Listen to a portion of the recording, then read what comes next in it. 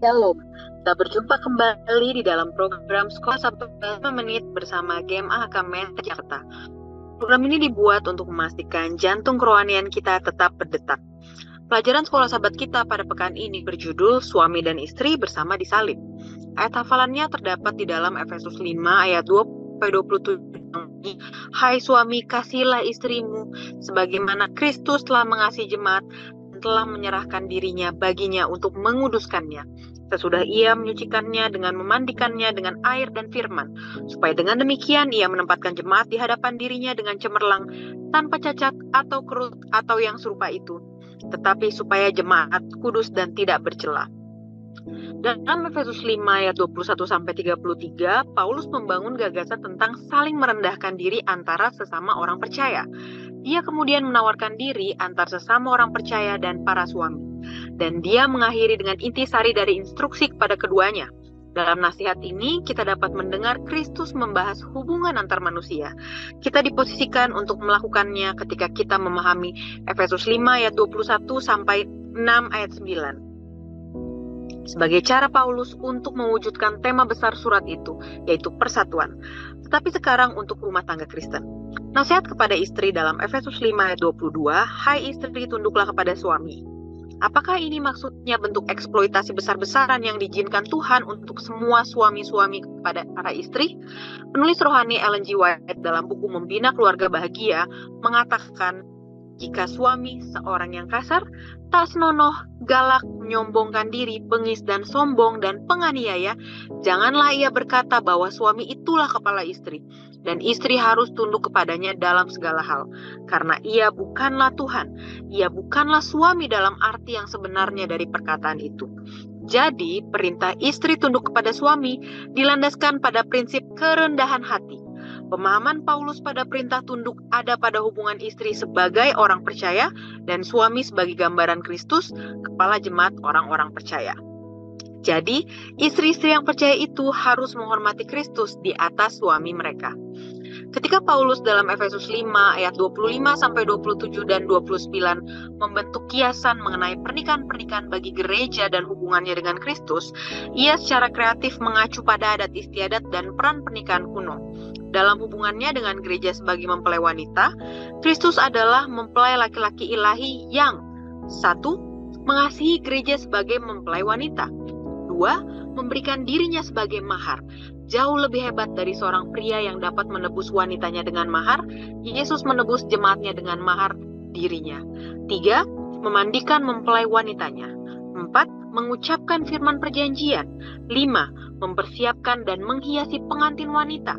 Sebagaimana mempelai wanita dimandikan dan didandani, maka jemaat Tuhan, Anda dan saya juga perlu dimandikan agar bersih dari dosa dan didandani agar tampak menawan di hadapannya. Dan satu-satunya yang dapat menyucikan dan menghiasi kita hanyalah Dia. Dengan menggunakan elemen terakhir dari pernikahan kuno, Paulus menggambarkan Kristus sebagai Dia yang 6. Mempersembahkan mempelai wanita kepada dirinya sendiri. Di zaman kuno, puncak pesta pernikahan adalah ketika mempelai wanita diserahkan kepada mempelai pria dan dibawa ke rumah baru mereka. Inilah yang dimaksudkan oleh Paulus ketika menulis dalam Efesus 5 ayat 27. Ia menempatkan jemaat di hadapan dirinya dengan cemerlang tanpa cacat. Ketika mempelai pria, yakni Kristus itu sendiri menjemput mempelai wanita, yaitu jemaatnya pada kedatangannya yang kedua kali, adalah sebuah potret yang mengharukan dan penuh sukacita tentang kembalinya Yesus sebagai mempelai pria untuk menjemput Anda dan saya sebagai mempelai wanita yang dikasihi Dia. Dia mau membawa kita ke rumah yang baru. Selanjutnya ada argumen baru yang Paulus gunakan untuk mendorong para suami mempraktikkan kasih yang lembut terhadap istri mereka. Kasihilah istrimu seperti dirimu sendiri. Dalam Efesus 5 ayat 28-30, Paulus berbicara kepada para suami yang mengikuti pola yang terlalu sering pada masa itu, dapat memilih untuk membenci tubuhnya sendiri. Kita bisa baca di dalam Efesus 5 ayat 28-29. Karena melecehkan dan memukuli istri mereka. Pada zaman Yunani Romawi, pada waktu di mana Paulus hidup, Seorang kepala keluarga memiliki kekuatan hukum yang luas dan mutlak dalam rumahnya.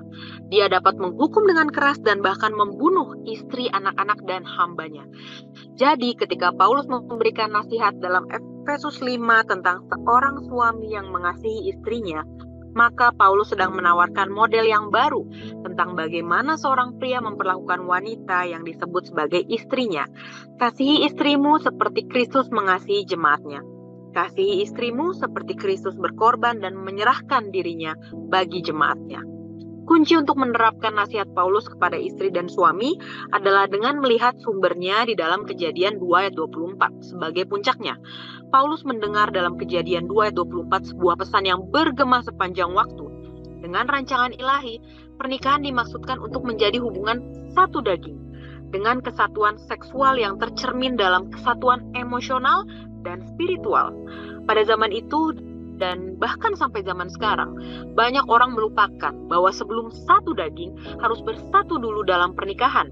Jadi, Paulus ingin meneguhkan kembali teologi seksualitas dalam kehidupan manusia, bahwa segala aktivitas seksual hanya dapat dilakukan dalam konteks persatuan pernikahan yang kudus. Itu sebabnya pernikahan yang kudus dibandingkan dengan hubungan yang kudus juga antara Kristus dan gereja. Sehingga dengan demikian setiap anggota gereja yang adalah milik Kristus dapat memandang kudusnya hidup dalam kehidupan mereka, termasuk menjaga kekudusan hidup dalam kehidupan pernikahan.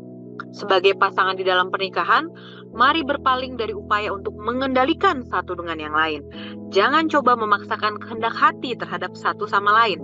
Hendaklah kita manis budi, sabar, penuh dengan kasih. Sekian program Sekolah Sabat 5 menit pekan ini. Sekolah Sabat yang bersahabat, bersemangat, semua terlibat, jangan terlambat. Tuhan Yesus memberkati.